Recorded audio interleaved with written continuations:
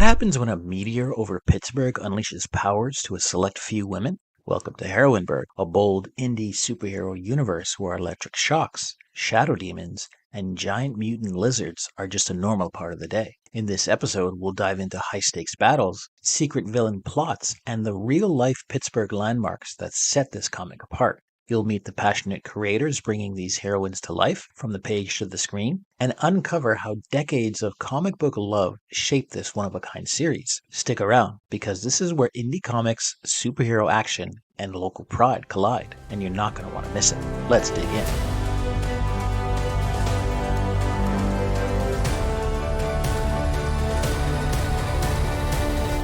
A quiet night in Pittsburgh is shattered when a meteor thunders overhead, releasing dark energy across the city. In the coming days, the city is shocked to learn that this dark energy has mutated the genes of a select few women, giving them extraordinary powers. Some use their powers for good, others for personal gain.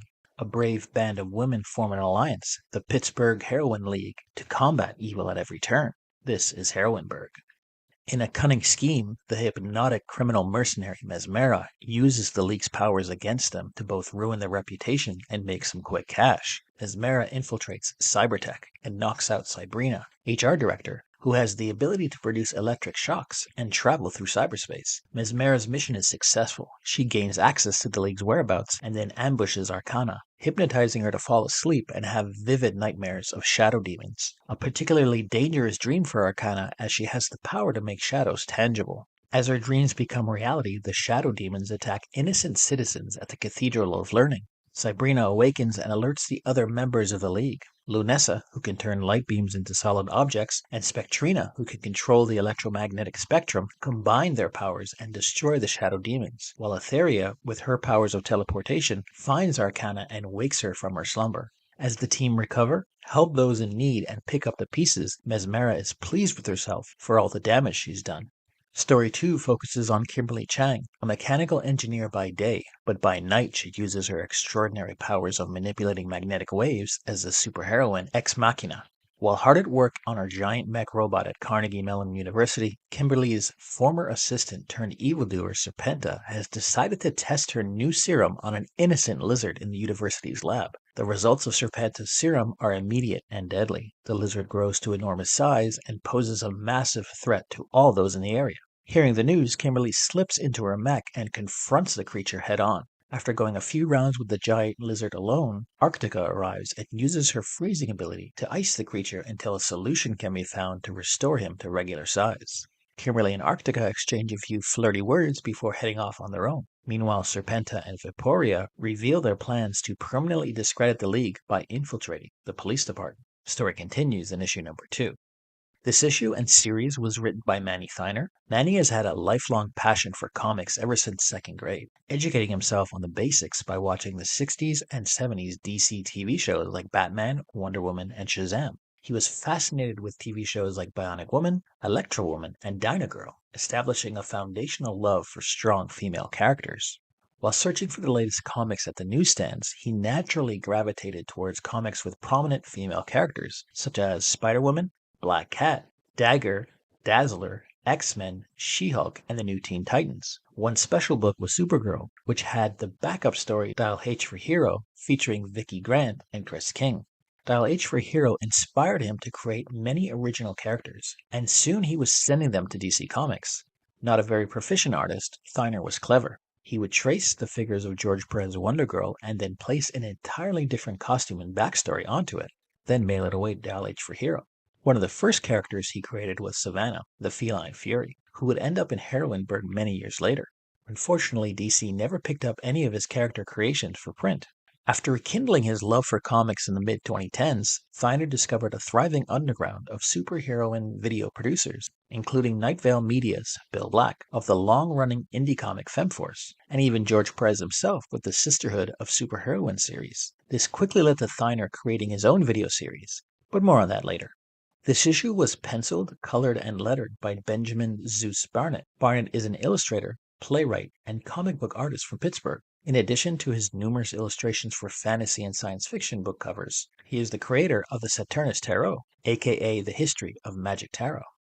Artist Jason Wright designed the cover and overall look of the characters. A graduate of the Kubert School, Wright is a resident of Pittsburgh. Working primarily with DC Comics, Wright has had runs on Sinestro, Batgirl, Secret Six, Hal Jordan Green Lantern, and many others. He colored various promotional posters for the Young Justice animated series, and his work on Wonder Woman has appeared in Entertainment Weekly. He also colored crowd-funded campaigns such as Gail Simone's and Jim Califiore's Megalopolis series, and recent 9 Lives comic titles by Shane Davis, including Starlight Cats, Glorious Rex 1 and 2, and the upcoming Anatomic.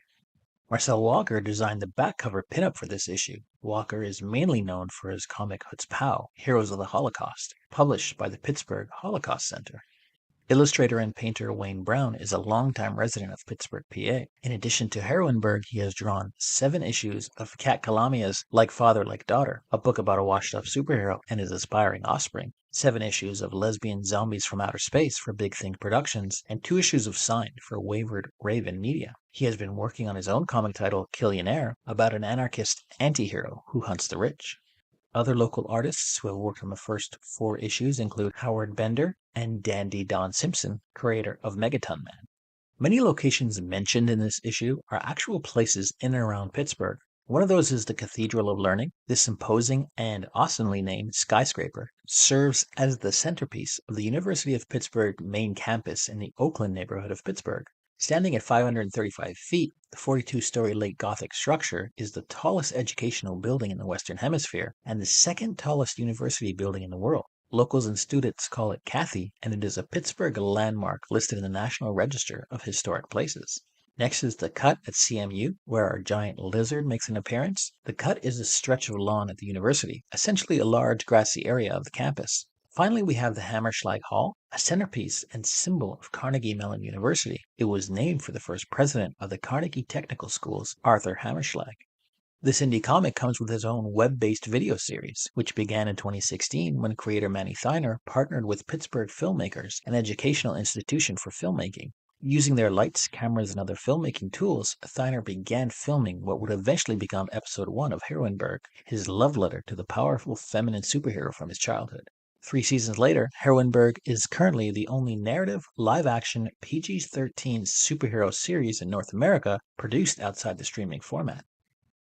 The Heroineburgh team also creates custom mini-episodes for fans, essentially allowing fans to create characters on paper for the video series team to bring to life. It was during the making of episode 7 that the concept of working on an actual comic book came together. Using local talent who include some of the actors on the series, the Heroineburgh comic was launched in 2019. Issue number 5 will be out soon. The video series' distinctive theme song was written by Manny Theiner. Originally written in the 1980s about a classmate, the song has been repurposed and rewritten to incorporate themes from the series. The music was recreated and produced by Jay Dowling, and the lyrics were sung by Mitch Cricket, a singer and cellist who is in the local band Middle Children with Jay. Heroineburgh is part of the larger Comicsburgh Collective, which currently has 6 publishers with lots of comic books spanning fantasy, sci-fi, horror, superheroes, and humor. Some of those titles are The Edge, Beowulf, Theme of Thieves, Dr. Carrots, and Trillion. The actors from Heroineburgh often appear at conventions in and around the Pittsburgh area. They host episode premieres at local movie theaters and entertainment venues, and have participated in workshops and panels about comic creation.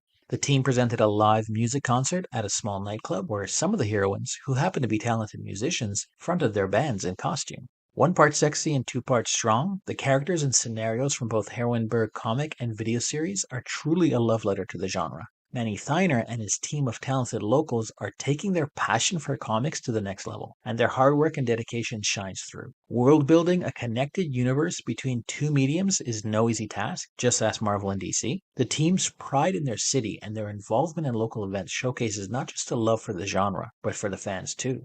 In a world full of $300 million blockbusters, be a Heroineburgh instead. Let your geek flag fly. So where can you, mere mortals, pick up this indie comic? Issues 1 through 4 are available at heroineburgh.com or at many local comic shops in Pennsylvania, Ohio, New York, Texas, or many other states across the USA. Head on over to your local comic shop and ask for Heroineburgh. Speaking of a local comic shop, this week's location was recommended to me by Manny Theiner himself. He highly recommends you check out New Dimension Comics, located at 650 Waterfront Drive in Homestead, just outside of Pittsburgh, or you can check them out at ndcomics.com. That's the world of Heroineburgh, a place where Pittsburgh's skyline is a battleground, villains never rest, and heroines rise to meet every challenge. From the minds of passionate creators to the streets, landmarks, and culture that inspire them, this indie universe proves that great superhero stories aren't just born in New York or LA.